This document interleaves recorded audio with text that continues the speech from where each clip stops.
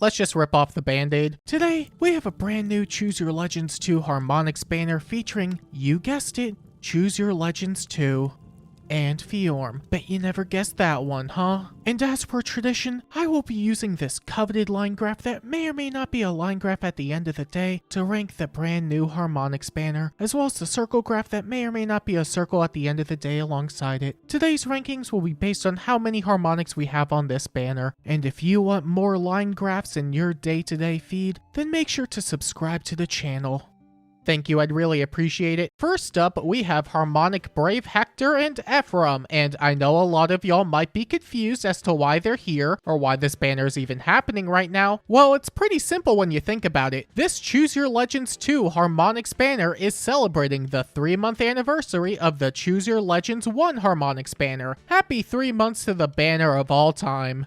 Happy being a very loose term here. It is what it is, so may as well make the most out of it. Let's see what they got going on. Hector comes with Heroic Maltet, which is a slaying lance with built-in 80% area of effect damage reduction. It grants Spectrum 10 during combat, 25 true damage, 15 true damage reduction, another 15 true damage reduction when a foe's special goes off, 2 special jumps before his first follow-up attack, and for foes within 3 rows and columns of Hector, they get hit with -5 attack speed, defense, and res, guard, null breath, and 50% damage reduction piercing during combat. Hector also comes with a PRFA slot and Ostian Backbone, which grants 5 HP, invisible 9 attack speed, defense, and a res, has built-in distant counter, grants 7 true damage and true damage reduction during combat, null guard, nullifies desperation effects on the foe, and for himself and allies within 3 spaces, they get null counter disrupt and enemy phase desperation. On top of a harmonic skill that grants resonant shields to himself and any ally from Blazing Blade and Sacred Stones, as well as another action either to himself or an ally from those titles that have already acted, and re-enables their Canto. This unit is weird. Hector feels like he has everything an armor unit would want, or I guess by proxy any modern unit. He has the standard combat stuff, he provides decent support, a nice harmonic button, but there's something about him that doesn't really sit right with me. Despite everything in his kit, nothing here really feels outright amazing or worthwhile. I think my favorite aspect of Hector's kit support-wise is the combination of guard and the null breath effect, since that almost ensures guard will stick. Assuming the foe doesn't have tempo themselves or special jump support that gets around it too, but you know, we don't have to worry about that. Even if it's common, we don't have to worry about it. It's still a nice combination regardless, but that was the most solid effect in my eyes. Giving out null counter disrupt and enemy phase desperation is cool for what it is, but I also have to ask where I'm going to want this or why I would bring Hector for something like null counter support over other options with Silence Ward. I think if he committed to more support, I could see him being a dedicated support unit despite the armor status, although maybe that's not the worst angle to take with him. I actually like these effects more on him than anyone else though, since he can nullify desperation effects on top of that. That could probably allow him to get around more nukes and a decent amount of other armors, but is that more worthwhile than running an armor that gives out more effects or gimmicks or whatever else? I'm really conflicted with Hector overall, but he at least doesn't seem that bad. His kit is really all over the place, which is probably why I'm not feeling it with him, but I guess it could be worse. They could opt out of giving him armor effective immunity from his original version. They did not, in fact, give him his armor effective immunity from his original version's refine. Oh, no wonder I don't care for him. Hector also comes with a bunch of inheritable skills, including Patient, Attack Defense Briar Far Save, and a brand new armor special in Armored Flare, which is a 5 cooldown special that boosts damage by all of the unit's defense, grants 40% special damage reduction twice per combat. At the start of the turn, it grants +2 attack and defense great talent to the unit, and if the special goes off during combat, it grants another +4 attack and defense great talent for a maximum of 10. This is a really solid special. Damage based on the entirety of one stat is really strong, although with it being a 5 cooldown special, it might be a bit harder to get going. It probably won't be that hard per se, but it'll require more thinking than, not thinking, I guess. The built-in twin save effect is nice too, since it frees your C slot for anything other than twin save. Now you could use the other save skill that exists instead. Unit diversity at its finest. The great talent aspect is kinda whatever, but at least it's extra stats and will provide immediate benefits to whoever uses it. If nothing else, it's just better armored blaze, if that means much of anything. I like the special a lot. Still, I think the nicest part about Hector's fodder is that it's more readily useful than most other armor kits. Patience being here means you aren't stuck with armor fodder if you got multiple copies. It's still one of the better B-slot options we have currently, so you'll definitely find a use for it at least. I'm pretty satisfied with his fodder. And yeah, Briar Fire save is there too. It's fine, yeah, whatever. Let's pretend every modern save unit doesn't come pre-built. And other than that, that sure is Hector and Ephraim. I'm honestly not really sure what to make of them, but I can't say I'm all that impressed for the most part. I like the support he gives out. Null Breath and Guard is a pretty great tanking combination, and the addition of Null Counter Disrupt and Desperation could be useful, but compared to other armors we have in the game currently, I don't think he's that amazing. If you're looking for a lance armor, then Alfred is the guy you want to grab. We also have other armors that provide arguably better support that makes them much more splashable. He doesn't seem that bad, at least. He'll probably survive an assortment of nukes. I can also be entirely off the mark with him, but he's really weird to judge. We'll have to see when he drops, but at least he'll always be useful as fodder. Until they power creep that too, but that won't happen for at least a month.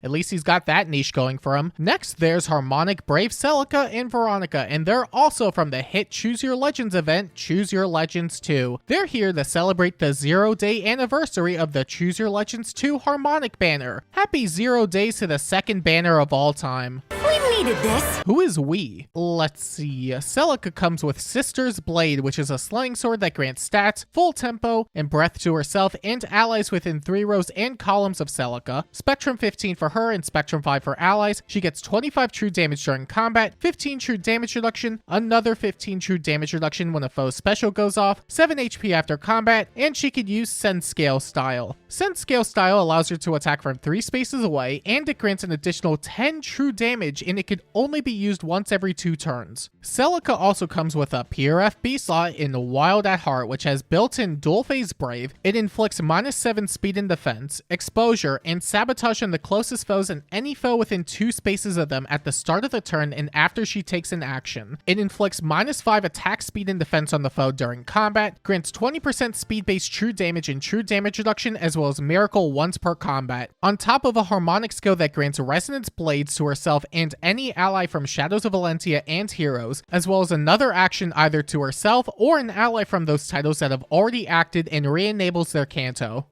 This is just Brave Male Byleth, but actually good. Okay, he isn't bad with the right support and the kit change, but Celica just seems great out of the box. She still has the standard combat stuff, but there's no condition in her weapon, which is already an immediate benefit. Full tempo isn't too shabby as far as support goes. It's still a null effect, which means it can almost always serve a use somewhere, and that doesn't even include any of her debuffs either, which is an added benefit. The 3-space style is about as good as you could imagine. You can get around ice and it doesn't have a damage penalty. In fact, it gives out more damage, which is a funny contrast to Summer Celica's gimmick of I do 0 times 4. Although that was before Chrom and Heimdallr decided to make her obscenely strong, but unlike Harmonic Celica, Summer is able to ignore bulwark effects, which is a notable difference. Still, it definitely won't be a deal breaker in practice. The innate miracle effect makes her much safer of an initiator, which is something I personally appreciate from player phase units. It can pair well with reflex and it's more consistent into foes. The lack of a tether is also really awesome because it means she could use the Celica ring to extend her range even more. Assuming one of the most common effects in Anti-Warp isn't present, but that's neither here nor there. And a button that refreshes in action and Canto? Where have I seen that one before? She really is just a newer Brave Male Byleth without many of the drawbacks, which is pretty good. But also pretty bad if you haven't invested Byleth already. It's kind of hard to convince people to jump ship from a unit that's barely half a year old and still functional. Even if the newer version is better, you could technically use both, but actually, you could do that, huh? Well, that solves that dilemma. Just use both, because she really is appealing as a unit. Also because you'll probably find more of a use for her as a unit than her fodder. And speaking of which, Celica also comes with Arc Rival, Endless Tempest, and a brand new A-slot in Swift Spectre, which has built-in Canto distance, grants 9 attack and speed during combat, 7 true damage, full no follow-up if they're faster than the foe, and an additional 3 attack and speed during combat if above 25% HP and within 3 spaces of an ally. That's not too shabby. It's a lot of attack and speed with some true damage, so it can only be so bad. The added Canto distance and null follow-up makes skill choices more flexible since they don't have to occupy other slots, and barring the 3 additional attack and speed, not having a tether opens up more types of playstyles that you really can't get from other skills. No true damage reduction does stink a bit, but it's definitely one of the better A-slot options for infantry melee now. It's basically that, Duelist Blow, yeah, I'm even happier with this skill now. Besides that, Arc Rival is pretty good and Endless Tempest is pretty not good. I get why they chose this skill, but Tempest Burst or something else would have been a bit nicer since Duel is very easy to get. But overall, her fodder is pretty not good. It's fine, but nothing crazy. And other than that, that sure is Celica and Veronica. I think she's probably the best unit on this banner, but I feel like it'd be pretty hard to argue otherwise. She's a 6 range unit with Brave, Miracle, and decent drive and debuff support, on top of being able to get around ice terrain. If nothing else, she is going to be a stronger Brave male Byleth, which is noteworthy. Even with the other unit on this banner, I could confidently say Celica's the strongest one here. And speaking of which, and last on the banner, we have Attuned Fjorm, who is neither a harmonic nor a new hero. In fact, this is the first ever new heroes banner with no actual new heroes on it. Round of applause for Faye, everyone. At least Fjorm was expected this month, so I'll give it a pass. I love you. Let's see. Fjorm comes with Chosen Lance, which is a slaying Canto distance lance with built-in distant counter. It grants empathy, dodge, and no follow-up to herself and allies within 2 spaces at the start of the player phase or enemy phase. She gets Spectrum 15 during combat, 25 true damage, 15 true damage reduction, another 15 true damage reduction when a foe special goes off, and Fjorm can use Chosen Lance style. Chosen Lance style is a once per turn style that allows Fjorm to attack from 2 spaces away and makes it easier to make a follow-up attack by 10 speed. On top of a PRF special in Frozen Mirror, which is a 3 cooldown special that boosts damage dealt by 60% of her speed stat. It grants 40% special damage reduction on each attack, has built-in reflex, and built-in cornering as it sets up Divine Vein, Icicle, and Vert during her enemy phase. You know, usually when we get an alt for a character with a pre-established gimmick, it's usually the same thing but newer. Strangely, Fjorm just seems like Attuned Ryoma but as a side grade. They both heavily rely on their special for their reflect gimmick. They both have 2 space styles. In fact, it's literally the same exact style. They both give out similar bonuses except swap out empathy for fringe bonus and add penalty neutralization to Ryoma, but empathy and fringe bonus are basically just a bunch of stats anyway. They both have built-in distant counter and Canto distance. Really, their main differences are very slight. Ryoma has more damage output and innate range over Fjorm, but not only does Fjorm have an open B slot, but she has built-in cornering, which is really great defensively. The open B slot especially is nice for effects that Ryoma can't otherwise get without drive support. It's at least noticeable enough differences for them to stand apart somewhat. So what did we learn, chat? Basically, if you want a unit to blow up the foe, you could use Ryoma or Fjorm. And if you want a unit to sit there and tank a bunch of stuff, then you could use Ryoma or Fjorm. There really isn't that much difference between them, which, if nothing else, is pretty good in her case. Ryoma is still a fantastic unit, so by proxy, so is Fjorm. I could see her lasting a while just off that aspect.